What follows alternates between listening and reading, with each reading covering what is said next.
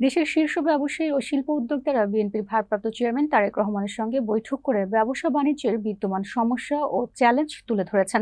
ব্যবসায়ীরা বিশেষভাবে উল্লেখ করেছেন আইন শৃঙ্খলা পরিস্থিতি, শিল্প খাতে গ্যাস ও বিদ্যুতের সংকট এবং আমলাতান্ত্রিক হয়রানির কথা।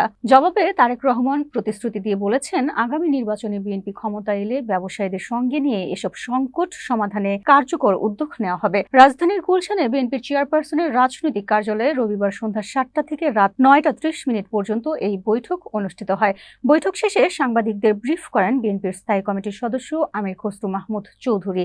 তিনি জানান, ব্যাংকিং খাত, স্টক এক্সচেঞ্জ ও ক্যাপিটাল মার্কেট সহ অর্থনীতির প্রায় সব সেক্টরে গুরুতর সংকট বিরাজ করছে, যার প্রভাবে দেশে বিনিয়োগ কমেছে, কর্মসংস্থান হ্রাস পাচ্ছে এবং অর্থনৈতিক প্রবৃদ্ধির গতি বাধাগ্রস্ত হচ্ছে। আমির খসরু আরো বলেন, তারেক রহমান দীর্ঘ সময় ধরে মনোযোগ দিয়ে ব্যবসায়ীদের কথা শুনেছেন, শুধু প্রতিশ্রুতি দেননি, সমাধানের পথ নির্ধারণে ব্যবসায়ীদের মতামত চেয়েছেন এবং নিজেও বাস্তবসম্মত প্রস্তাব তুলে ধরেছেন। বৈঠকে উপস্থিত ছিলেন দেশের শীর্ষ ব্যবসায়ী নেতারা, শিল্প উদ্যোক্তা, চেম্বার ও অ্যাসোসিয়েশনের প্রতিনিধিরা, যাদের মধ্যে উল্লেখযোগ্য আইসিসি বাংলাদেশের সভাপতি মাহবুবুর রহমান, স্কয়ার গ্রুপের এমডি তপন চৌধুরী, মেঘনা গ্রুপের chairman Mostafa Kamal, BGMEA, BKMEA, BTMA, MCCI, DCCI সহ বিভিন্ন সংগঠনের শীর্ষ ও সাবেক নেতারা এবং ব্যাংক, ঔষধ, স্টিল, স্টক মার্কেট সহ অর্থনীতির গুরুত্বপূর্ণ খাতের উদ্যোক্তারাও।